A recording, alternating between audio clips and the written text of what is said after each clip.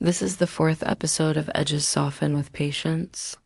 If you're new to the series, start from episode 1, section 4 of 7, the sterile studio. Albina had never noticed how quiet her apartment was until she began spending more hours in Hiroki's workshop. There, silence was never empty. It was full of the scratch of brushes, the faint tick of drying lacquer, the sigh of wind through the high windows. Even in stillness, there was presence. But when she returned home, her own silence pressed against her ears like glass. The apartment gleamed, yes, polished shelves, flawless porcelain, spotless counters, but it lacked breath. Every object sat exactly where she had placed it, unmoved, untouched, waiting for her commands. For the first time, she wondered if perfection had sterilized her world. She set down her bag and lingered at the threshold. The porcelain pieces on her shelves, once a source of pride, now seemed lifeless. Their flawless symmetry did not warm her. They reflected her own control back at her, a mirror of her rigidness. Even the rug, its geometric pattern aligned perfectly with the walls, suddenly looked less like order and more like a cage. Albina crossed to her desk, where her grandmother's broken teacup still lay. She hadn't yet attempted its repair. It waited, fractured, its edges sharp but patient. The sight of it sent an ache through her chest. She reached out, brushing her fingertip along one of the jagged seams. The ceramic was cool, and in that coolness, she felt something rise, a memory she had long pressed down. It came not in words, but in sensation. The echo of her own voice years ago, raised too sharply at a friend she had cared for. She had ended the friendship with a sentence edged like glass, quick, cutting, final. At the time she had told herself it was necessary, that imperfection could not be tolerated, that she would not bend to anyone who threatened her order. But now, staring at the broken teacup, she felt the same fracture inside herself. A part of her had split that day, and she had sealed the crack not with gold, but with silence.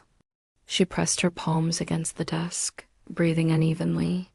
She looked around her apartment as though seeing it for the first time, the absence of photographs, the lack of softness, the way everything had been arranged to avoid risk of breaking. In her pursuit of control, she had stripped her life of anything vulnerable. Her chest tightened. She realized with something like fear that her obsession with flawlessness had not only polished her work, but polished her soul into hardness. She had erased evidence of being human. The teacup seemed to stare back at her. Its fracture was honest, it did not pretend to be whole. She, by contrast, had hidden her cracks beneath a facade of symmetry. She sank into her chair, exhaustion washing over her. For years she had measured herself by how well she prevented mess, how completely she avoided mistakes. But here, in her sterile apartment, she could feel the truth. She had been living inside a brittle shell. The silence pressed heavier. She imagined what Hiroki might say if he stood here. Nothing wants to stay when you push it too hard. Perhaps she had pushed herself hardest of all. For the first time in years, Albina let herself weep, not tidy, controlled tears, but raw sobs that shook her shoulders. They startled her, these cracks in her composure. Yet even as she cried, something within loosened. She felt edges soften, grief finding a place where rigidity had once lived. When her tears subsided, she reached for the teacup. Her hands trembled, not with anger this time, but with reverence. She whispered aloud, as though to herself and to the cup, "You are not ruined." The words startled her. They hung in the air, fragile yet certain. She realized she was not speaking only of the cup. Patience is a discipline that allows us to witness things without immediately trying to change them, says Thich Nhat Hanh. But how does one cultivate such stillness when we feel compelled to fix or improve everything? What if our attempts at flawlessness have made us blind to the beauty in imperfection? In section 3, we saw Albina find solace in Hiroki's acceptance of her messy studio.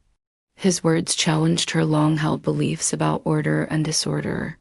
While cleanliness is important to her, his studio showed her that a messy exterior can house deep order. This section delves deeper into that paradox, exploring how a sterile, ordered environment can actually foster chaos within, while embracing disorder externally can bring inner peace. Her apartment, a symbol of her control, reflects this inner turmoil. Despite its gleaming perfection, it lacks warmth and life. Like a museum, nothing is lived in or touched. Everything sits in its place awaiting Albina's command. In traditional Chinese culture, the concept of wabi-sabi finds expression in the famous quote, "Space and emptiness are the foundation of all elegance." Wabi-sabi, often translated as finding beauty in imperfection, involves embracing simplicity, asymmetry, and naturalness. Wabi-sabi isn't just about appreciating flaws. It's about recognizing the profound beauty in the imperfect, incomplete, and impermanent aspects of life. We see this beauty in the cracked ceramic of her grandmother's teacup, which Albina has preserved rather than discarding it. However, this recognition is challenged by Albina's internalized need for control and perfectionism, represented by her pristine but lifeless apartment. The cleanliness of her surroundings has become a form of escapism, a way to manage her anxiety by eliminating potential mess.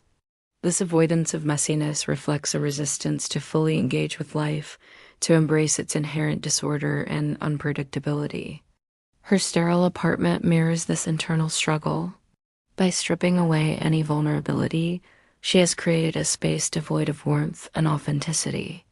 The absence of personal touches like photographs or soft furnishings signifies a disconnection from her past and emotions.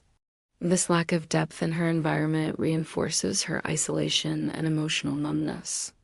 As Albina confronts her sterile living space, she realizes the paradoxical truth. Her relentless pursuit of flawlessness has ironically led to a life of rigidity and emptiness. By striving for perfection, she has inadvertently sacrificed the very qualities that make life rich and meaningful. This realization is symbolized by the broken teacup, a tangible representation of imperfection that serves as a catalyst for self-reflection. The teacup, with its shattered edges and siloed stories, embodies the beauty of impermanence.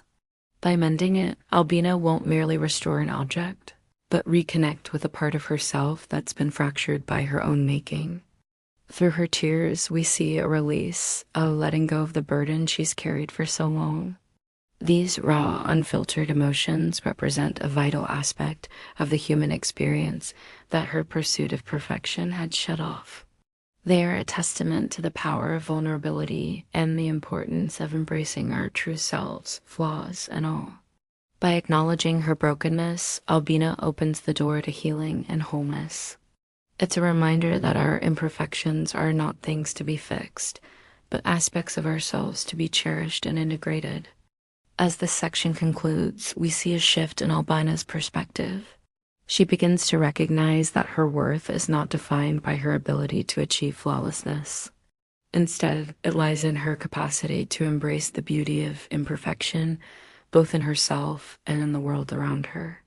In doing so, she takes the first step towards a more authentic and compassionate life, one that values depth over emptiness, connection over control, and the richness of experience over the sterility of perfection. And now I invite you to continue this exploration of authenticity and imperfection in our next section. What might Albina's journey look like as she steps further into this new understanding of herself and her relationships? How might her pottery evolve as she embraces the beauty of imperfection?